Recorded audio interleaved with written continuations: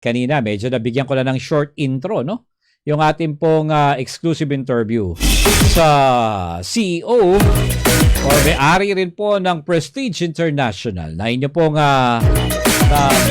kumbaga, talagang kailangan maging proud yung mga taga-Pangasinan at meron pong negosyanteng tulad niya. Sa kanyang pagsisikap ay talagang umasenso at marami pa hong natulungan. At patuloy, hindi lang po empleyado, kundi mga maliliit na mga negosyante, nakakatulong siya. At sa iba pang mga company kasi parang B2B ang dating po nito, yung kanyang business, business to business. Kasi pwedeng magpagawa rin sa kanya, di ba? Pwede pong magpalit ng label kung gusto mo. Okay, at hindi na po natin patatagalin. Ito po yung ating exclusive interview sa President and CEO, honor po, ng Prestige International, si Mr. Manix Carancio. Okay, panoorin po natin ito. Yun, so mayroon kami biggest sale ngayong August 8. Pinakamalaking sale namin to. Hindi na to mauulit ng ganito kagrabe. So, mag-check out na kayo kung makakahabol pa kayo kung lalabas na ba to. So, more on skincare siya. Meron siya mga body wash, lotion, mga rejuvenating set. Isang box na yun for only 488. So, ayan. Okay. Ang promo nito kailan nag-start? One day lang to?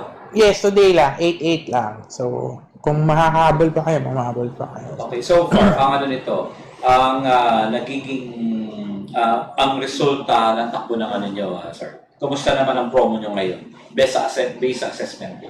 So, doing well ngayon. So, natatambakan na kami ng orders. Hindi na namin mahabol. Sobrang dami ang daming orders. So, kinakabahan nga ako baka maubos na yung products namin baka sa dami na umu-order, ongoing pa yung mga umu-orders.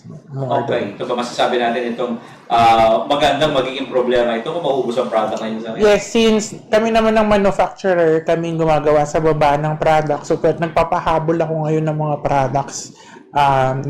Nagluluto pa sila, nagre-refill pa sila, kaya kung hindi man mahabol today, tomorrow, meron yan. Okay. Ginawa nyo itong promo na ito. First time ba magmula nung nag-open kayo? Meron kaming promo pero hindi siya ganun kagrabe. Ngayon kasi 8-8, alam naman natin pag 8 is very swerte. Kaya yan, parang paswerte sa negosyo.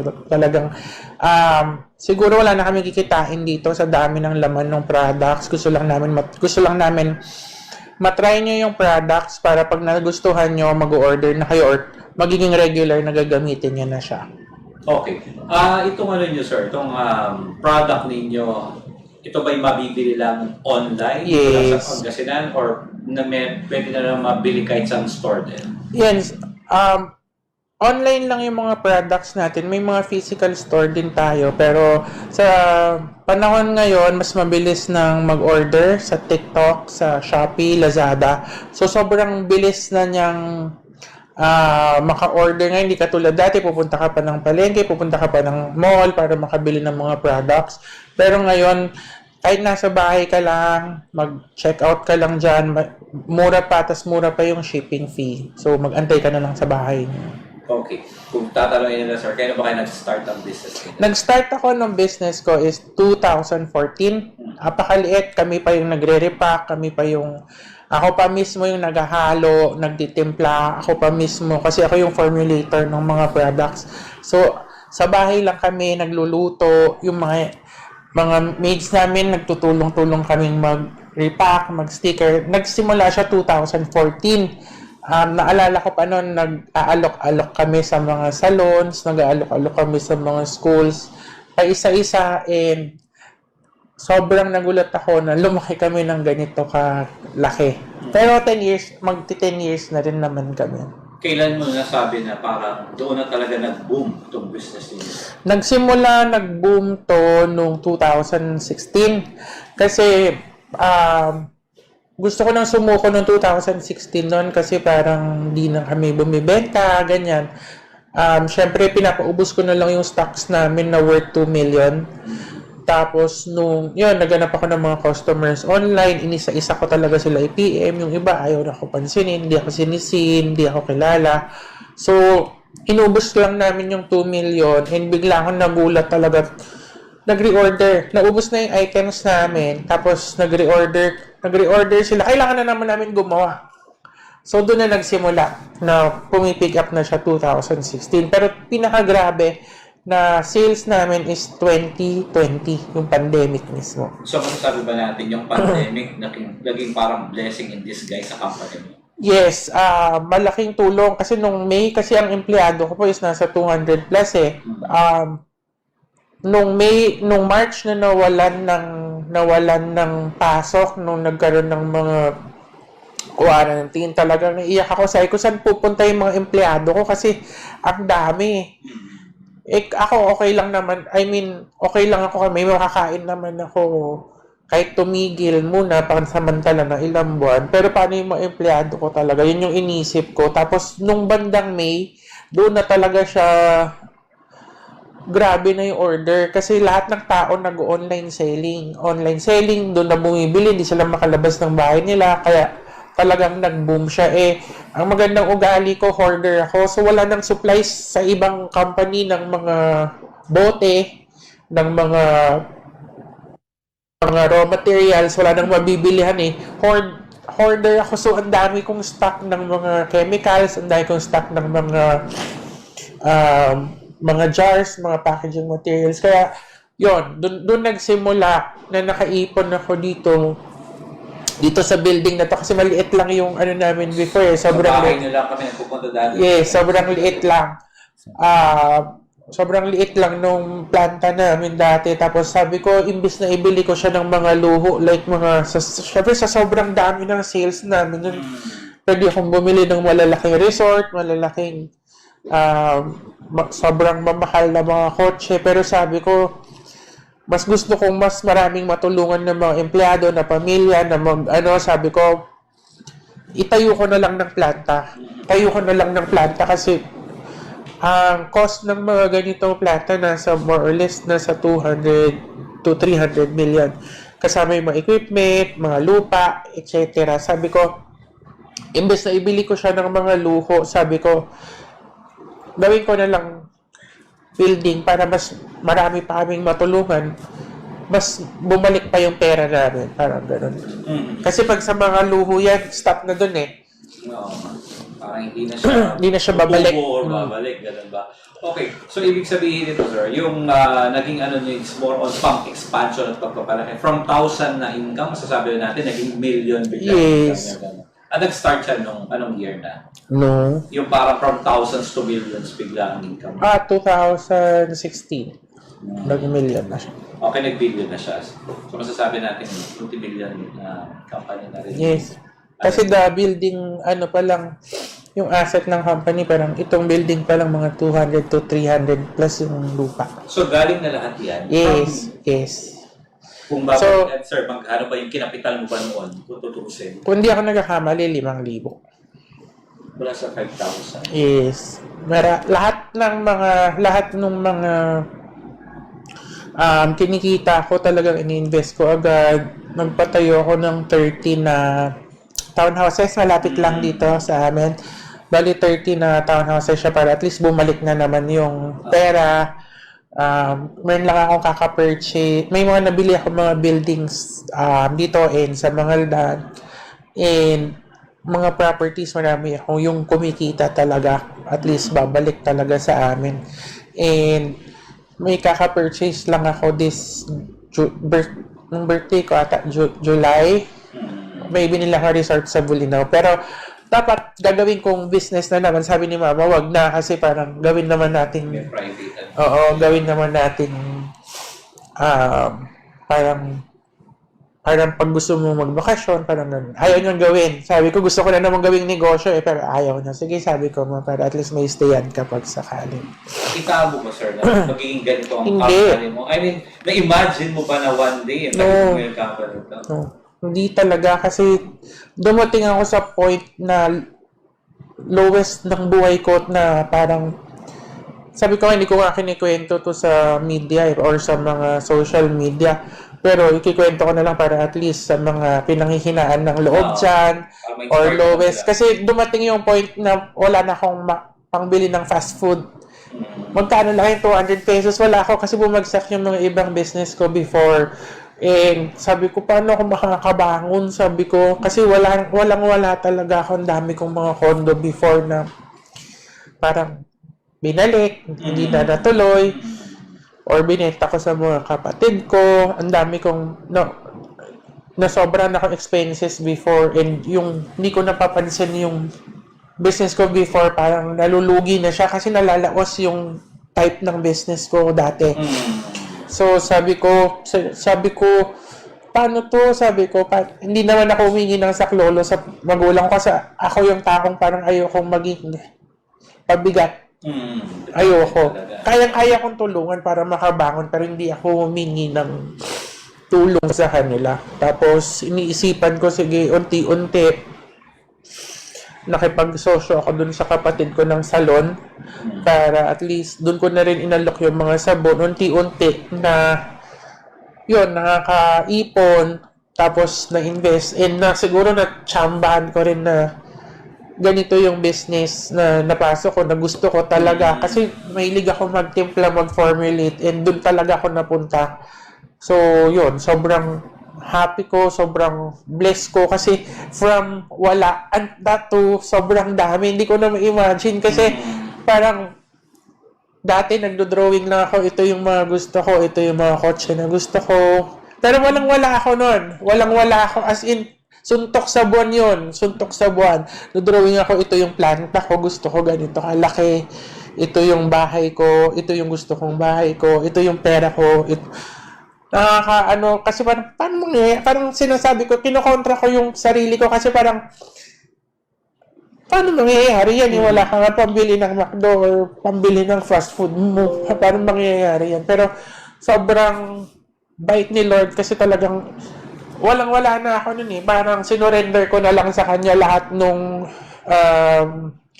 problema ko, sinurrender ko sa Kanya lahat. Lord, kayo na bahala, kayo na maging, driver ng buhay ko, kayo na magpatakbo ng buhay ko, isusurrender ko, ibibigay ko na lahat ng tiwala ko sa inyo, tulungan nyo lang ako, gagawin ko lahat, tutulong, ganyan. So, yun, so, tuwang-tawa ako ngayon kasi hindi ko ma-imagine minsan, mayroon akong billboard sa EDSA, mayroon akong billboard dyan, yung billboard ko sa EDSA, 3 years yun, medyo matagal din, kaya sabi ko parang, Lord, ang konti ng hiningi ko, parang gusto ko lang may pang-pondo, pang-buhay. Sobra-sobra yung binigay nyo. Kaya sabi ko, hindi ako magsasawang tumulong talaga. Yun. Anong year yun, sir? Yung parang naka-down na ano ka? Alam ko, sir, mga 2012 yun eh. 2012. Bali, 2 years yun. Parang nag-stride ka ng unti-unti, tapos 2016, ano na talaga? Oo, ganun. Medyo matagal din siyang hindi siya easy talagang dumating. So parang pinanghawakan mo na lang yun dati. Talagang faith na lang. Oo, kasi wala. As in, wala. Kasi sanay ako dati sa fast food, sanay ako sa labas, wala, sa bahay lang talaga sa Divisoria, binibenta ko sa school. From there, tapos, ang first million ko na nakinita is 17 years old ako. Doon lang din, hindi lang siya tumagal kasi na-overwhelm ako kasi sobrang daming pera. Yung bata ko, hindi ko alam kung saan ko ilalagay yun. So, namali yung mga pinagpuntahan ng pera. Yun, ganun. Pero hindi ako sumuko. Talagang, nag-try kasi sabi ko, hindi pwedeng ganito. Para anong pinaka-point, sir, na yung pinaka-masasabi mong lesson mo talaga na siyempre sa journey mo, pamabot ka na sa kayo. Ang pinaka is mag-ipon. Wag muna pa na-reward sa sarili. Kung meron kang nakuwang ganito, i-reward mo, bibili ka ng ganito. Kada reward mo, lahat ng mga achievements mo na maliliit, usually, mauubos din yun eh. So, i-reward mo na lang pag talagang deserve mo na. Mag-ipon, isipin ko saan dadalhin yung pera. Kasi, yun, nakakatakot bumalik dun sa pinanggalingan ko talaga kasi iba, sobrang lungkot. Grabe. Pero, yun, kaya hanggang ngayon, May ingat ako sa paglabas ng pera. May ingat ako sa... Kasi natatakot na ako bumalik doon sa dati. Bawat labas ko, bawat computed lahat. So parang hard lesson talaga. Sobra po. Pero kung hindi kasi nangyari yon at binigay sa akin yung ganitong opportunity ng Panginoon, siguro hindi rin siya lalaki. Or mababankrupt din ako kasi sa pag-spend doon ako natuto na parang ingat sa pag-invest, ingat sa paggastos, gano'n. So kumbaga, natutunan mo na ngayon yung pag-manage ng financial, Yes. yung financial management natin. Yes. Okay. Pero kung titignan natin, sir, yung yung parang start ng success. Talagang meron ka ng sa business. Nagkaroon ka ng opportunity. Kumita ka na kasi sabi mo, 17 Yes. million. Kaya lang hindi tama yung pag-handle ng pera, kaya bumalik sa dati. Pero ngayon, masasabi mo na bang as business man na ngayon, parang meron ka nang na-establish na kung ano kailangan mong susundan para mapasustain ito or mapanatili. Ano ba yung para maging sikreto mo na ngayon? Talaga, dapat planado lahat ng gastos mo, hindi pa bigla-bigla sa investment. Talagang i-check mo lahat ng gastos kasi doon ka doon ka talaga madadapa. Kung mas malaki yung expenses mo sa kinikita. Parang sinasabi mo, nadaanan mo rin yung mga iniisip mong tutulong sa'yo, pero hindi nakatulong, mga gano'n. Tapos Or hindi ko kasi sinabi, kaya siguro walang tumulong. pero willing silang tumulong. Hindi ko din alam, kasi hindi ko din sinabi. Hindi mo tinry. So talagang parang naglaban ka as sarili mo lang. As Yes. independent talaga. Kasi nung yung nanay ko parang nakita na tong building, nakita na yung mga sabi niya parang kwento ko sa kanya yung pinagdaanan ko. Tapos gulat na gulat siya, but di niya alam. Ganun Di niya alam. Para itago sa kanila. Oo, hindi niya alam. Tapos gulat na gulat siya, ba't di ako humingi ng tulong. Yun. So yung kung merong gusto pumasok sa ganitong business, ano ba yung parang may bibigay sa kanila ng tip or ano ba yung kanilang magiging model ng nila sa negosyo? Siyempre, pag nagninegosyo tayo, lalo na pag bago tayo negosyante or bago tayo magsusubok, huwag kang titigil. Huwag kang titigil as long as may nakikita kang ibang kunyari ganitong klase ng model ng business and successful naman siya. Huwag kang titigil sa business mo. Kasi, ibig sabihin, pag may mga successful na iba na same ng model ng business na ganito or gusto mong pasukin na business, ibig sabihin may potential, merong market. So, huwag kang titigil, dapat consistent ka, huwag kang magpahinaan ng loob. Ituloy-tuloy mo lang, i-check mo yung competitors mo kung anong ginagawa, i-check mo yung sayo. Number 2, huwag kang manloloko ng tao. Yun yung lolokohin mo yung mga customers mo para easy money ka or ganun. Never mong gagawin yun kasi hindi tatagal yung business mo. Number 3, kay God, dapat talaga maniwala ka sa Kanya. Maniwala ka kung na i-surrender mo lahat ng faith mo sa Kanya, siyang pag-driving mo sa buhay mo kasi talagang i-guide ka niya. Hindi ka niya ipapahamak talaga. Ito yung pinaka-best seller. Yes, ito. Okay, pwedeng siguro konti lang. Ito Ano yung pong meron dyan, sir? ito yung rejuvenating set namin. Almost all skin problems kaya niyang gamutin. Kung meron kayong mga active na acne, melasma, wrinkles, fine lines, sunspots, gusto nyo bumanat yung mukha nyo, ito lang yung gagamitin nyo. 1 to 2 months lang siya, makikita nyo na yung effect. For only 300 pesos, meron ka ng 1 to 2 months supply. And kung hiyang ka dito sa product na to, magiging best friend mo talaga to kasi sobrang ganda nitong product. Ito talaga Sits sa lahat ng age. Ano bang ideal age? Ngayon ba? Ito talaga. Sir, pwede natin ilabas. Pwede tayo magbukas para lahat makita nila na kung ano po yun. So, itong ginawa naming pouch, kasi dati box yung sa amin. Ginawa naming pouch para ma-reuse siya, malagyan ng mga resibo, mga ganyan. Ito yung toner namin, sunscreen, rejuve, tsaka yung sabon. And kami yung may pinakamalaki, pinakamatabang sabon sa market. Kasi usually nasa 100 grams, 135 sa rejuvenating set. Yun lang yung sabon nila sa amin, 150 grams. Yun yung nakakaputi ko. Yes. Saka nakakabalat.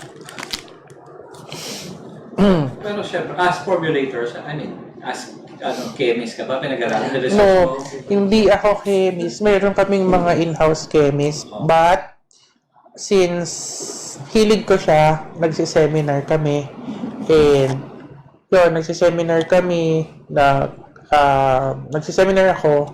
So, unti-unti ko siya napag-aralan. Ito pala yung mga tama. Ito yung ano. So parang lahat ng idea, lahat ng product galing sa'yo. Tapos parang dinidevelop nila yung formula. Parang... No, ako ang nagpo-formulate. Minsan ginaguide lang ako ng mga chemist. Sir, masyadong mataas to. Hindi na ito pwede sa FDA. Yung whitening mo, nataasan mo. O, sir, ito yung preservatives natin. Ito lang yung pwede. Ganun lang. I-correct lang nila yung formulation ko. Pero yung base, yung itsura, yung amoy, yung texture, ako yung nagtitimpla.